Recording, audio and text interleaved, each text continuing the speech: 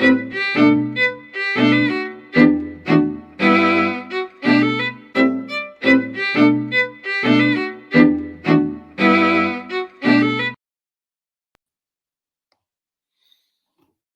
noite a todos. Estamos aqui em mais uma reflexão com Emmanuel. Que a paz de Jesus esteja com todos nós. Boa noite, Duda. Boa noite, André. Boa noite a todos. Sejam todos muito bem-vindos a esse momento que o Centro Espírita Luiz Gonzaga de Luminárias proporciona a todos nós. Que a paz de Jesus esteja presente no lar de cada um de vocês, que ele esteja aqui iluminando o nosso encontro de hoje. Emmanuel escolhe esse tema do capítulo de número 129, que se chama Origem das Tentações. O versículo que vai embasar a nossa reflexão aqui de hoje é tirado da carta de Tiago, capítulo 1, versículo 14. Mas cada um é tentado quando atraído e engodado pela sua própria concupiscência. Essa carta, Tiago está falando sobre a origem do pecado. E aí ele explica, durante ela, né, que a tentação que nos leva ao pecado, ela não é externa, ela é proveniente de dentro de nós mesmos. Mas, André, o que Emmanuel fala para nós a respeito desse versículo aqui de hoje? Emmanuel fala exatamente nesse sentido, né, que Tiago expôs, que geralmente quando algo de ruim nos acontece, a gente tende a colocar a culpa em alguém, né, que não seja a gente. E em certos momentos a gente culpa até a Deus, de que Deus é culpado por aquilo ter acontecido conosco, né? Então, nós acabamos responsabilizando os outros por um descuido que, na verdade, é nosso, né? Às vezes a gente deixou de fazer determinada coisa, nós fomos imprudentes e aí, não querendo assumir aquela responsabilidade, a gente coloca na conta do outro, né? É como, assim, aquela pessoa que está fazendo dieta e aí, de repente, ela vai, compra um chocolate no supermercado e ela come o chocolate e quebra a dieta. E aí ela vai botar a culpa em quem? No supermercado, porque o supermercado não podia estar vendendo esse tipo de produto, né? Sendo que foi ela que foi até a seção, até a prateleira, pegou, comprou e comeu. Então, assim, a responsabilidade, a escolha foi toda dela, né? Então, nessa frase de Tiago, ele está dizendo o seguinte, que a tentação, o que é a tentação? O significado de tentação é um desejo imediato, ou seja, um impulso. É uma coisa que a gente quer que seja saciada agora, naquele instante, naquele momento. E por isso, sendo a tentação algo que vem de nós, ou seja, um desejo que nós queremos suprir, a tentação não pode ser procedente de Deus, porque a tentação é um desejo que é nosso, não é o desejo que é de Deus. Porque esses desejos nossos, eles podem, muitas vezes, causar coisas indesejadas para nós, né? Então, aqui numa tradução desse trecho de Tiago, porque ele usa duas palavras aqui que não são nada comuns, né? Que é engodado e concupiscência. Então, é como se o Tiago estivesse dizendo assim, ó, mas cada um é tentado quando atraído e enganado, né? Engodado significa enganado pela sua própria concupiscência, pelo seu próprio desejo intenso. Então, o Tiago está dizendo assim, cada um é tentado quando é atraído e enganado, porque às vezes os nossos desejos nos enganam. A gente acha que está querendo algo que vai ser bom para nós, mas na verdade aquilo está nos enganando. Aquilo a curto prazo ou a longo prazo vai nos fazer mal. aquele desejo imediato, né? Então, Jesus, quando ele diz, né, quando nos ensina na oração do Pai Nosso, que é a oração que ele deixou quando foi perguntado para ele como que nós devemos orar, e ele fala que deve ser uma conversa com Deus, e quando ele fala nessa frase, para não nos deixarmos cair em tentação, se Jesus está nos dizendo que nós precisamos pedir a Deus para que não cairmos em tentação, é porque a tentação é algo que nós temos muita dificuldade de lidar sozinhos. Porque se fosse algo que fosse simples para nós, a gente não tinha necessidade de pedir para Deus nos ajudar. Então, e essa dificuldade também ela existe, por quê? Porque ela faz parte de nós. Porque a tentação é um desejo que é nosso. Então, se é uma parte nossa, acaba que muitas vezes a gente se confunde e acaba se deixando levar por elas. Porque a gente acredita, não, eu estou escolhendo algo que eu quero, que vai me trazer uma satisfação. E Emmanuel aqui nos lembra que as raízes da tentação permanecem dentro de nós. Ou seja, a gente só é tentado naquilo que nós temos dentro de nós, que pode nos causar desejo. Então, Emmanuel fala assim: ser tentado é ouvir a maldade que temos, é receber as sugestões inferiores de nós mesmos. No entanto, por mais que o mal venha do exterior, de fora, somente se concretiza e persevera se com ele nos afinamos na intimidade do coração. Então, Emmanuel está dizendo assim: não tem como você colocar a culpa no fora, porque por mais que o que está fora te suscite a querer aquilo, se você não quiser, você não faz. Então, vamos voltar no exemplo lá que eu dei antes de uma pessoa que está fazendo dieta, vai no supermercado. Se a pessoa não quiser comprar o chocolate, se ela não quer comer o chocolate, ela não vai comer. Ela não vai comprar. Mas se dentro dela ela tiver esse desejo, não, eu quero agora, ela vai comprar, ela vai comer.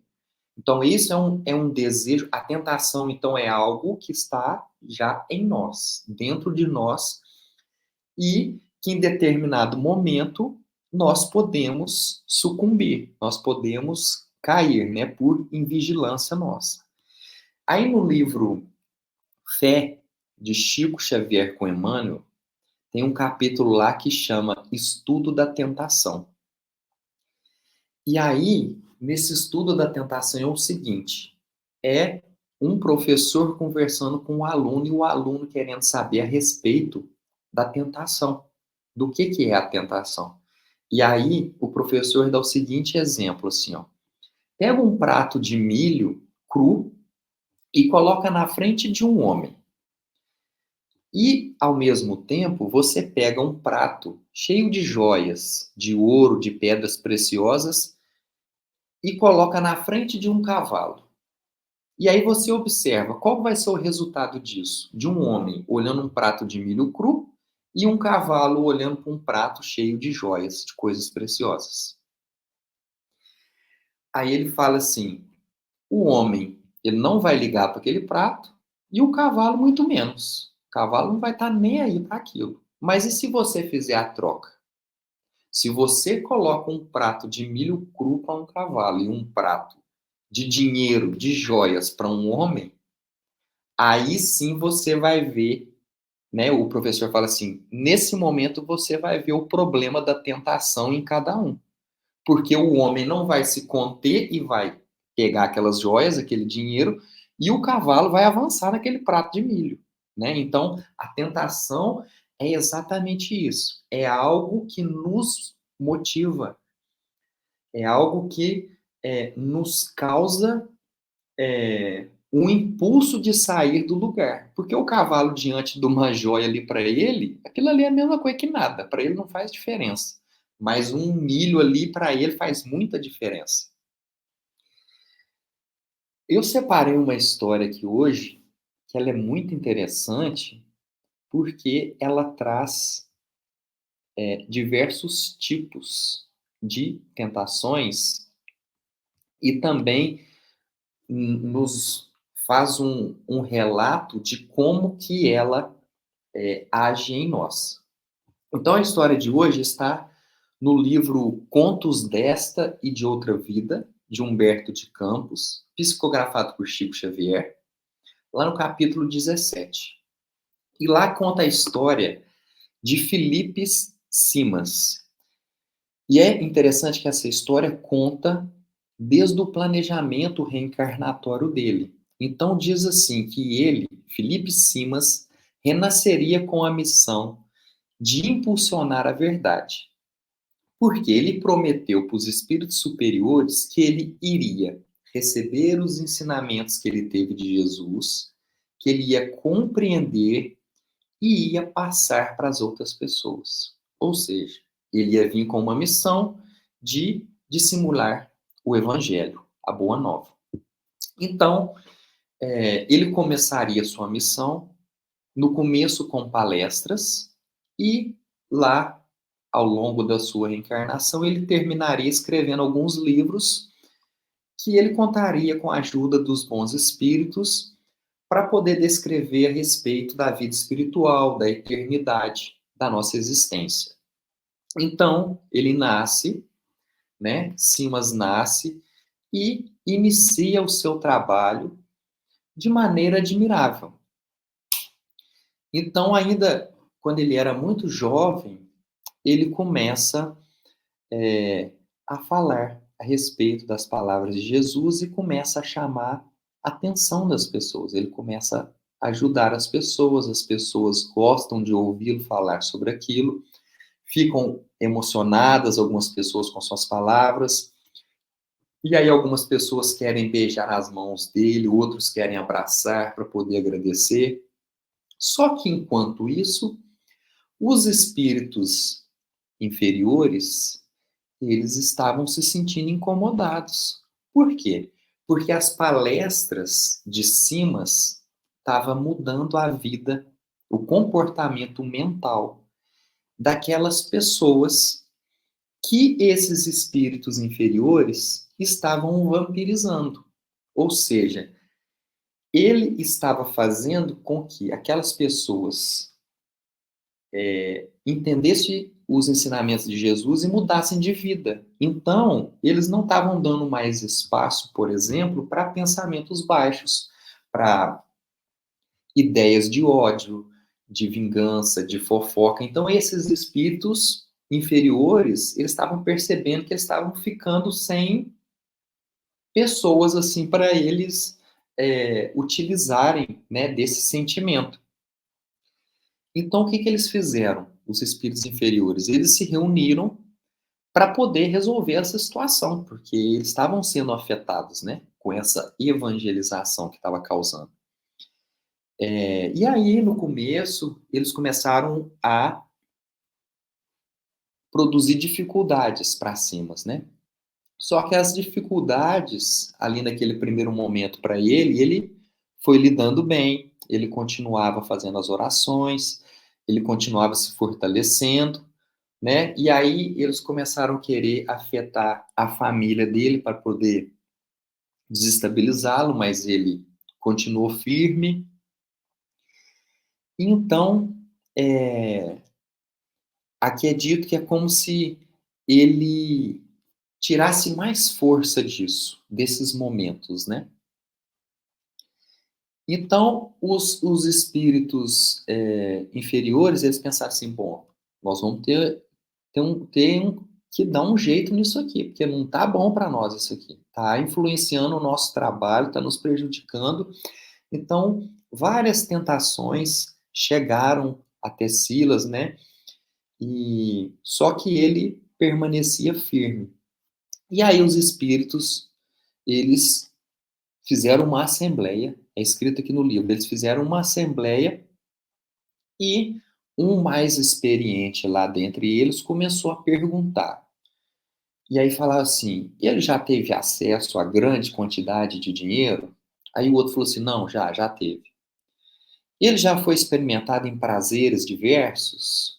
Já foi, mas se mostrou indiferente, não fez diferença.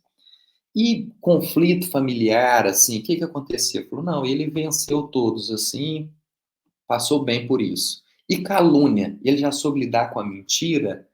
Falou assim, soube lidar e ainda saiu bem disso, né? Foi visto como um herói por ter lidado com isso. Então, o espírito mais experiente parou, pensou e falou assim: e festas? Ele já foi testado em homenagens pessoais? Aí os outros espíritos olharam e falaram assim: não, isso aí ainda não aconteceu, não. Aí eles falam assim: então vamos tentar isso aí. Porque poucos conseguem se livrar disso aí, dessas homenagens, né, dessa vaidade. E então começa uma época na vida de Simas que ele é convidado para inauguração de centro espírita, uma casa espírita ia fazer, vamos supor, 30 anos, estava funcionando 40 anos, convidavam ele para ele poder fazer a palestra, e aí o auditório estava sempre cheio, muitas pessoas iam assistir ele, aí ele já começou a ter carro à disposição para levar ele para a palestra e para outra, pessoas tirando foto com ele, viajando de uma cidade para outra para poder atender esses convites, né? Só que o que aconteceu? Em poucos anos, ele foi abandonando o cultivo da reflexão e o hábito da leitura. E ele acabou se tornando o quê? Repetitivo e dono de conversa, assim, banal. Porque como ele não se alimentava de novas ideias, novas histórias, ele começou a ficar repetitivo e ele caiu naquela conversa costumeira, rotineira, que aquilo já não atraía mais as pessoas, né? E ele começou, então, a não conseguir falar por mais muito tempo, né? Ele começou a falar assim, ó, a partir de agora eu só falo 5 minutos, eu já estou cansado, eu não vou mais falar do que 5 minutos basta. E aí, antigos, né, admiradores já deixou de prestar atenção nele, é, ele pegou e começou a ser deixado de lado, assim, esquecido, né? Não era mais chamado para esses eventos e tudo mais. E acabou que ele começou em casa a brigar com a esposa, a ficar reclamando das coisas, de que estava doente, reclamava da chuva, do tempo, do vento, da umidade, enfim, se tornou um reclamador compulsivo, assim.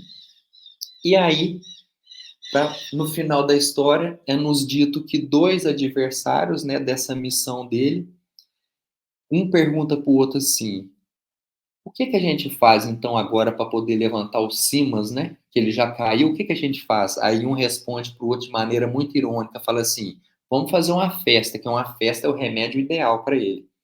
Então essa história é para poder nos dizer, Simas, esse orador, ele foi tentado em diversas coisas. Eles tentaram.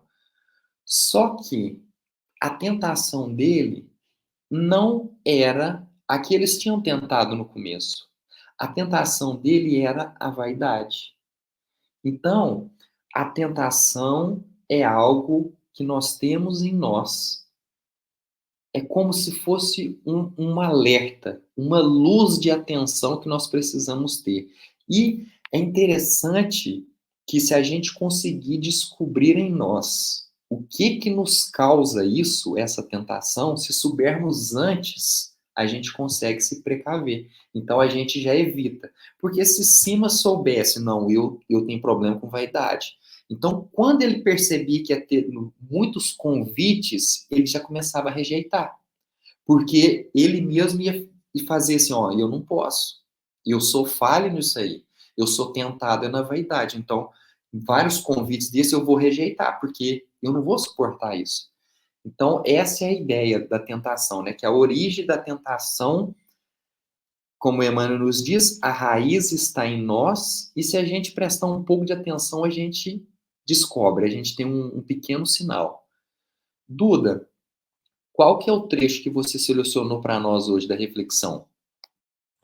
Bom, André, selecionei o final, que Emmanuel diz assim: recorda-te de que cada dia tem situações magnéticas específicas.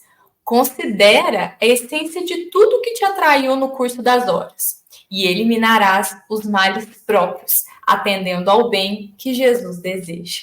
Exatamente o que você trouxe aí no final, né, André? Sobre a gente perceber a nossa tentação. Porque aqui Emmanuel está nos dizendo, né, para que nós tenhamos a consciência diária, né, daquilo que nos chama mais atenção, aquilo que mais nos atrai. Dessa forma, se a gente examinar a nossa consciência também diariamente, para que a gente possa entender e refletir um pouco mais sobre aquela tentação, o que foi que mais nos atentou, o que mais nos assolou durante o dia, qual que é esse fundo, qual que é essa essência daquilo que nós escorregamos ao longo do dia, né? Então, esses sentimentos, destrinchando esses sentimentos e entendendo o que cada um causou para nós vamos nos conhecendo, né? E como o André citou, a importância de saber aonde é a nossa tentação, para que a gente possa evitar essas situações para o nosso dia a dia, né? Porque ali está a nossa fraqueza. E esses sentimentos, à medida que a gente eliminar, nós vamos percorrendo o caminho do bem, como a Emmanuel trouxe aqui, né? À medida que a gente entende e elimina, a gente passa a percorrer um bom caminho. Mas a gente só elimina aquilo que a gente sabe e conhece muito bem que deve ser eliminado, né?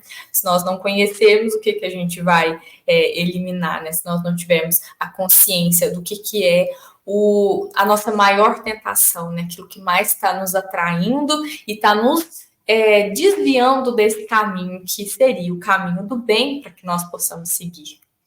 André, você gostaria de trazer aqui mais algum complemento para a nossa reflexão? Certa vez, perguntaram para o Chico, assim, o que era tentação, né?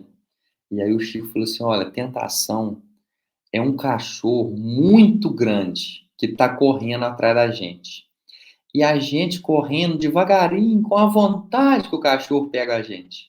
Então ele está dizendo assim, é algo que a gente sabe que é perigoso, que ele vai nos fazer mal, mas a gente está querendo, né? Então esse é a explicação de tentação do Chico. E aí, também vendo isso, tem um psicólogo que se chama Walter Mischel, que ele elaborou uma teoria muito interessante que se chama teoria do marshmallow. O que ele fez? Ele fez um experimento com crianças de 4 anos de idade. E ele colocou essas crianças numa salinha assim, sozinha. A criança. Aí eles colocou câmera assim escondida para a criança não ver. E aí a sala tinha uma mesa, uma cadeira, a criança sentava de frente para essa mesa e colocava um prato assim, tinha um prato na frente da criança. E uma mulher chegava e falava assim para a criança: olha, aqui tem um doce. No caso era um marshmallow, tem um doce. Esse doce aqui, ele é seu. Você pode comer ele agora, ou você pode esperar eu voltar, e aí quando eu voltar, se você não tiver comido, eu vou te dar mais um. E aí você vai poder comer os dois. E esse foi o experimento que ele fez. E aí ele colocou. E fica ali filmando. E é muito interessante as reações das crianças, né? Tem criança que fica olhando, tem criança que não aguenta ficar olhando e olha para o outro lado. Tem criança que come imediatamente aquele. Tem criança que vai lá, lambe, tira um pedacinho assim para não perceber e come. E aí, depois de uns 10, 15 minutos, a mulher retornava e aquelas crianças que não tinham comido o marshmallow, ela entregava o segundo e a criança ia comer os dois. Só que o mais interessante dessa pesquisa que ele fez é que 40 anos depois disso, desse experimento, ou seja, essas crianças já tinham se tornado pessoas adultas com 44 anos, e aí ele foi ver o que aconteceu com essas crianças depois desse tempo todo. E nessa pesquisa ele percebeu que apenas 20% das crianças conseguiam esperar para ter a recompensa. E o que ele chegou à conclusão? De que essas crianças que tiveram essa superação de não se deixar levar por esse impulso, por essa tentação de momento, que essas crianças se deram melhor na vida, no sentido de foram menos impulsivas para poder decidir o que ia fazer na vida, né? Então foram crianças que se tornaram pessoas que sabiam lidar com a tentação, com a impulsividade. E aí, se a gente pega, isso é um exemplo simples, né, muito elaborado que um psicólogo fez, mas se a gente for pensar no âmbito geral, Deus não acompanha, não é só 40 anos da nossa vida. Deus acompanha todas as nossas encarnações. Então, Deus sabe muito bem o que a gente tem feito, das decisões que a gente toma. Então, se ele passa para Jesus uma oração que ele nos diz: não nos deixeis cair em tentação, é que ele sabe que a gente está sujeito a isso, né? Então, vamos tentar, pelo menos, fazer igual essas crianças, né? Vamos tentar segurar a nossa impulsividade, a nossa vontade de querer ser tentado, para que a gente tome melhores decisões na nossa vida. Exatamente. E tomando melhores decisões, a gente é melhor recompensado, né? Não só nessa história do doce, mas na vida, né? Quantos de nós já tomamos decisões impulsivas e nos arrependemos depois, dissemos ou fizemos coisas que não dava para voltar atrás, né? Nem tudo dá para a gente consertar. Então, nós só temos a nos beneficiar, né? E as tentações aparecem todo o tempo, né? Ela parece que está sempre presente na nossa vida. E como você trouxe o exemplo do Chico, a gente muitas vezes está correndo devagar, né? Porque a gente é atraído pelaquela tentação, né? É algo que a gente gosta. Então, realmente é um grande desafio, mas conhecendo detalhadamente, a fundo, qual é esse sentimento, qual é essa sensação que nos faz desviar esse caminho, ceder essa tentação, a gente pode realmente conseguir evitar muita coisa, né, para que a gente não escorregue aí no futuro. Mas, com isso, nós então encerramos aqui a nossa reflexão de hoje sobre tentações. E espero vocês na semana que vem para falarmos do próximo tema, que é tristeza. Emmanuel vai escolher a carta de Paulo, segundo aos Coríntios, capítulo 7, versículo 10. Porque a tristeza, segundo Deus, opera arrependimento para a salvação, o qual não traz pesar, mas a tristeza do mundo gera a morte. Então, juntos espero vocês para refletirmos esse próximo capítulo. Desejo a vocês uma semana muito abençoada, de muita reflexão, de muito autoconhecimento, para que todos nós possamos vencer as nossas tentações diárias. Essa foi uma mensagem do Centro Espírita Luiz Gonzaga de Luminares. Um ótimo sábado a todos e que assim seja.